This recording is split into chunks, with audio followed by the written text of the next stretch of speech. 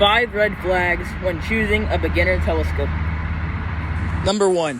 When you're choosing a telescope, make sure not to choose a telescope which advertises that you can take pictures with your phone through the lenses. These are usually pretty bad. Like this telescope right here. I'm not going to point out the name because I don't want to get sued, especially because I am a minor, so that's not going to be good for me. Like this one right here. This one is also one advertising that you can see with your phone. Yeah, so that's basically just avoid telescopes like this as well. Number 2, when also choosing a beginner telescope, make sure they don't have EQ in the name. If it has EQ in the name, this means that it's not a free mount telescope. This means that you have to guide the telescope using this right here, this little stick that sticks out, or those two right there. So you had to guide those with those 2 handles rather than using a normal Dobsonian or Newtonian, because those are free mounted and they can move freely throughout the sky without having any problems. Number 3, some telescopes you should avoid because they may say that they are a good beginner telescope. However, they are just toys. Like this one right here. This is like, what is this? This is not actually a true telescope. This is like a toy. Like this is something you would use for maybe a 6-year-old.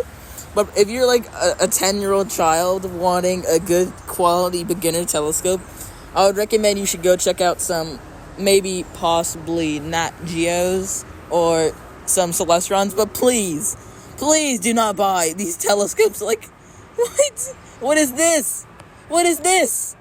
Okay. Number 4. So another rule is don't buy telescopes that are directly on their mounts. Like this telescope, so the reason why I chose this telescope for this rule, this was my first telescope. No, I don't want the order. So this is my first telescope. This is directly mounted onto the tripod.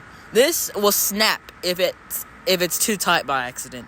Like I'll show an image on like the top right of my telescope. What happened? It snapped when me and my dad were in a parking lot trying to stargaze. Like I was trying to turn it with the handle, like right, and you see this part right here. I can't zoom in. Tap to zoom in. Okay. Right, this part right here, the handle, it snaps when I try to turn to the star Antares. Yeah, so don't buy telescopes that are directly on the tripod. Like this also would not work. This telescope right here, because it is also directly onto the tripod. So that is rule 4.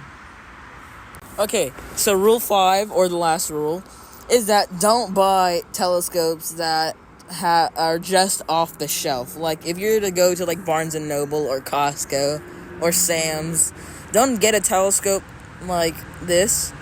Don't get it because it's probably off the shelf. Off the shelf means that they're sold in stores. You should never buy a telescope from a store. Just I would recommend buying it from online, like Celestron. I bought my telescope from the website Celestron or Amazon. Yeah, telescopes like this you definitely should avoid. Like this one especially because it has like a solar system kit, wipers, a planetarium mount, a cleaning kit, and whatever the heck that is on the bottom. Yeah, so I would avoid those for sure.